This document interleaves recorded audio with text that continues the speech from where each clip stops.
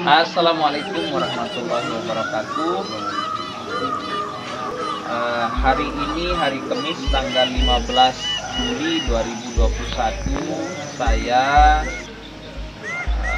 Kepala Bidang Planologi dan Pemanfaatan Hutan ditemani juga oleh Kepala Subak Tata Usaha ya Pak Man ya, KPH Pelangan Taskura, kemudian Kepala Resort Mariji Bunga Pentas 3 Mariji Bunga ya, kemudian Pak Kadus Sleman Barat, kemudian Pak Kadus Lentah, kemudian Kadus Lemasati.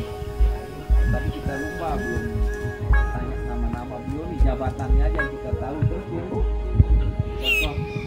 salah satu tokoh masyarakat di Dusun Selemang ini, kami bertemu di rumahnya, kediamannya Pak Kadus Selemang 1, Pak Mukmin, dalam rangka untuk memfasilitasi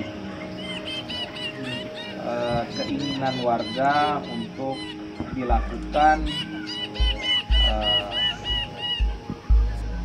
reorientasi atau rekonstruksi batas kawasan.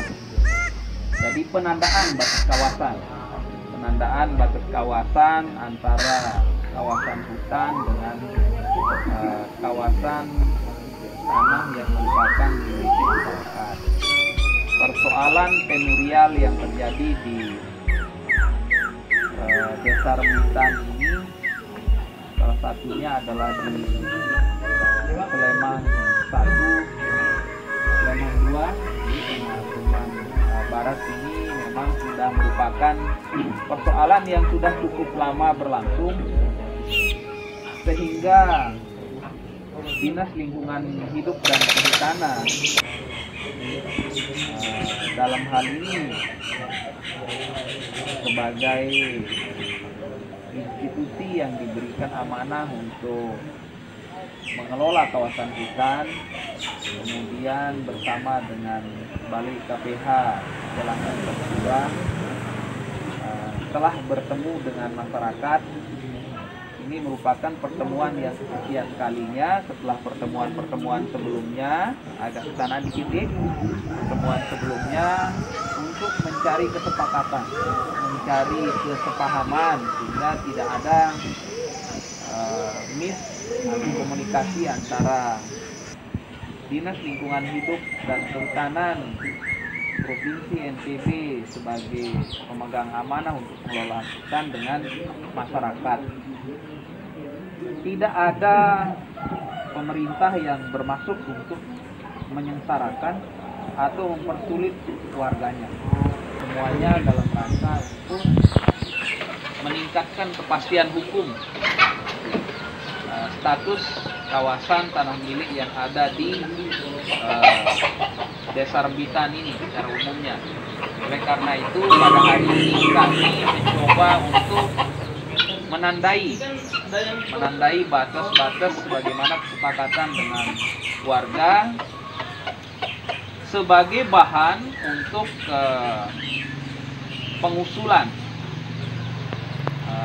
SK untuk tata batas nanti ke Kementerian Lingkungan Hidup dan Kehutanan di Jakarta.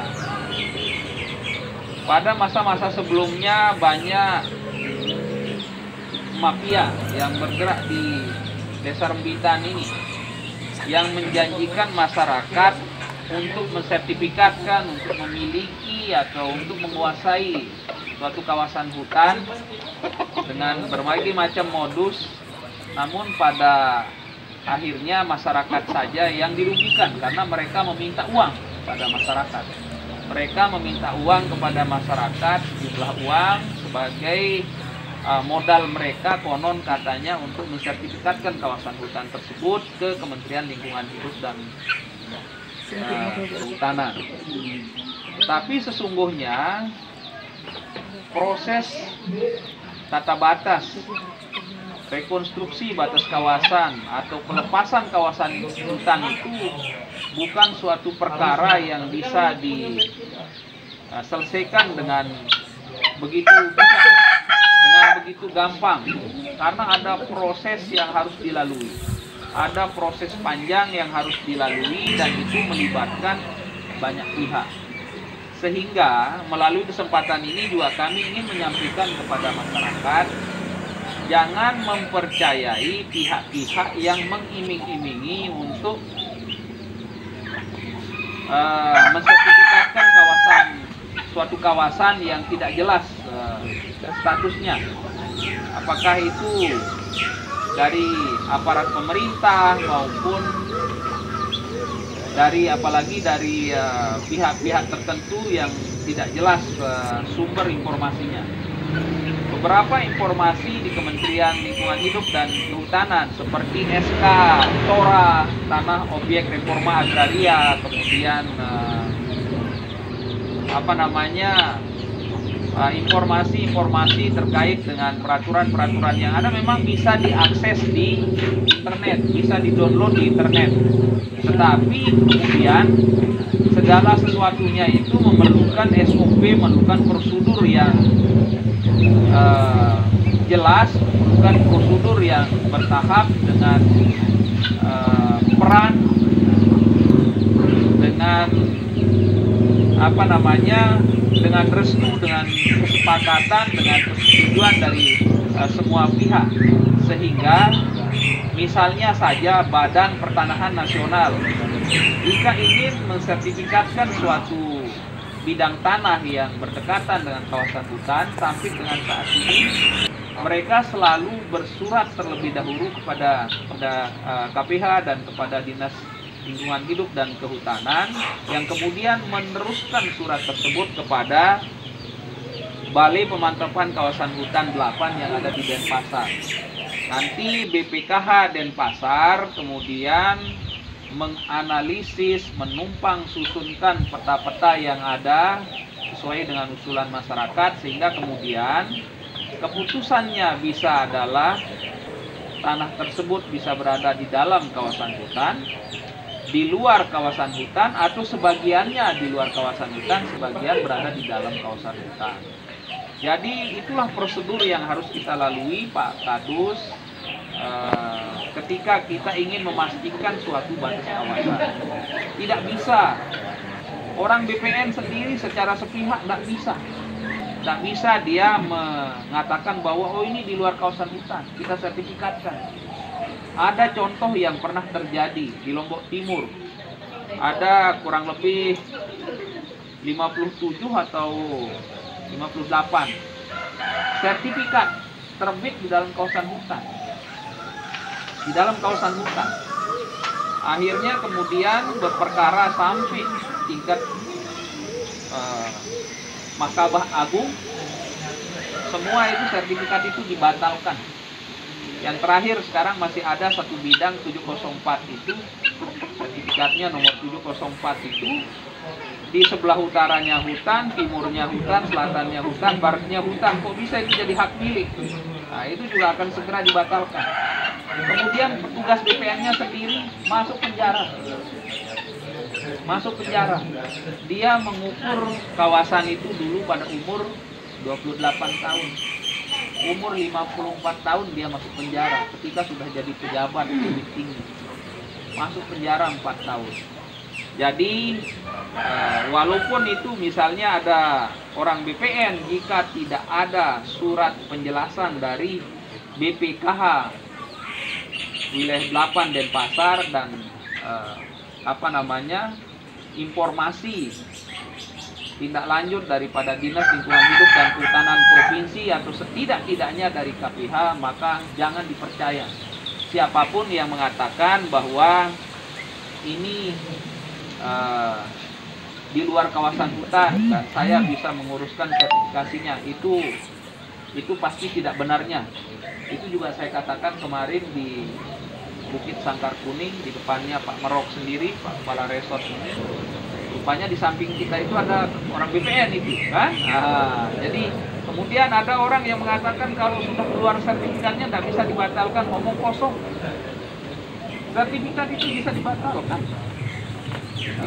Itu contohnya yang di Lombok Timur, yang di Pantikling, di Sekarong, di Ruwaru. itu puluhan sertifikat dibatalkan.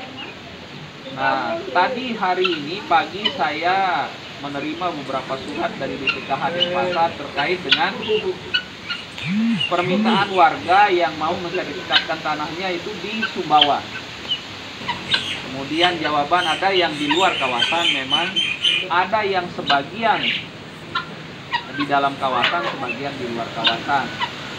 Kemudian ada yang memang di luar kawasan. Nah, jadi kalau dengan teknologi yang sekarang, kita tidak perlu melihat tanda-tanda fisik.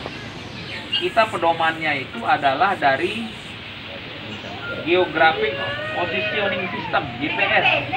Jadi begitu misalnya ini tandanya atau patoknya ini, palnya ini sudah dihancurkan, bukan berarti kami tidak tahu tempat itu adalah batas kawasan, karena kita melihatnya dari GPS.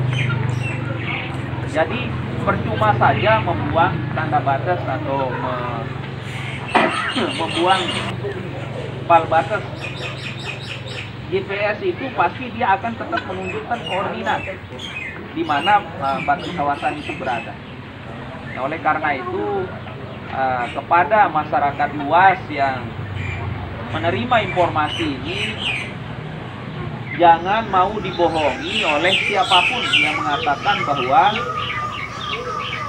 suatu kawasan itu adalah tanah milik tanpa mendapatkan klarifikasi, tanpa mendapatkan verifikasi dari Dinas Lingkungan Hidup dan Kehutanan Provinsi atau tidak-tidaknya dari KPH, dan yang paling valid dijadikan sebagai dasar hukum untuk menentukan bahwa suatu bidang tanah itu berada di luar atau di dalam kawasan hutan itu adalah keterangan yang dibuat oleh Balai Pemantapan Kawasan Hutan 8 yang ada di Denpasar, atau oleh Kementerian Lingkungan Hidup dan Kehutanan yang ada di Jakarta melalui balai-balainya mereka, UPT mereka yang ada di wilayah Nusa Tenggara. Jadi sekali lagi kami sampaikan, jemaah kita yang di Selemang ini, yang di Desa Rembitan ini sudah dalam bahasa orang Sasak, dalam bahasa Rembitan, wontak kurus parah. Wontak kurus parah, sekance KPH, kepala resortnya ini tangan dinginnya kepala resort Mareje Bonga atas Surat 3 ini, yang kemudian karena pada rasun sambal lah berdua, sehingga jelas pentama le jemaah tanpa mengalami penolakan oleh masyarakat. Kalau saya yang datang mungkin lah bukan tahu bahasa Senggol deh, yang curiga dengan lagu tu saya tahu bahasa Senggol. Saya tahu bahasa Senggol, bahasa pojok ngadu nanu. Sekarang murah tetap. Sekarang nanti murah kacokan jarian kan isi jemaah. Jadi sekali lagi kami ingin tekankan kepada masyarakat, jangan percaya pada janji-janji manis mafia tanah yang mengatakan bahwa suatu kawasan itu memang berada di luar kawasan hutan dan bisa membantu untuk mensertifikasinya, apalagi dengan meminta sejumlah uang. Nah itu manuk mati rumput taruh nih teparan itu jadi kan, ontak mati manuk terumbuk malik kepeng yang tebih sertifikat tidak didapat. Jadi oleh karena itu sengaja kami turun pada saat ini bersama dengan rekan-rekan kami ke Selemang, ke Rembitan ini dalam rangka untuk memastikan bahwa segala sesuatunya berjalan sebagaimana mestinya. Tidak ada riak-riak, tidak ada konflik-konflik, tidak ada orang-orang yang tidak bertanggung jawab yang memberikan informasi-informasi yang tidak bisa dipertanggungjawabkan kepada masyarakat. Jadi bapak-bapak di sini sudah mendapatkan informasi dari pihak yang berwenang, sehingga apapun yang dikatakan oleh pihak yang berwenang itu bisa dipertanggungjawabkan dan bisa kita percayai atau bisa kita amini. Demikian, terima kasih. Assalamualaikum wabarakatuh.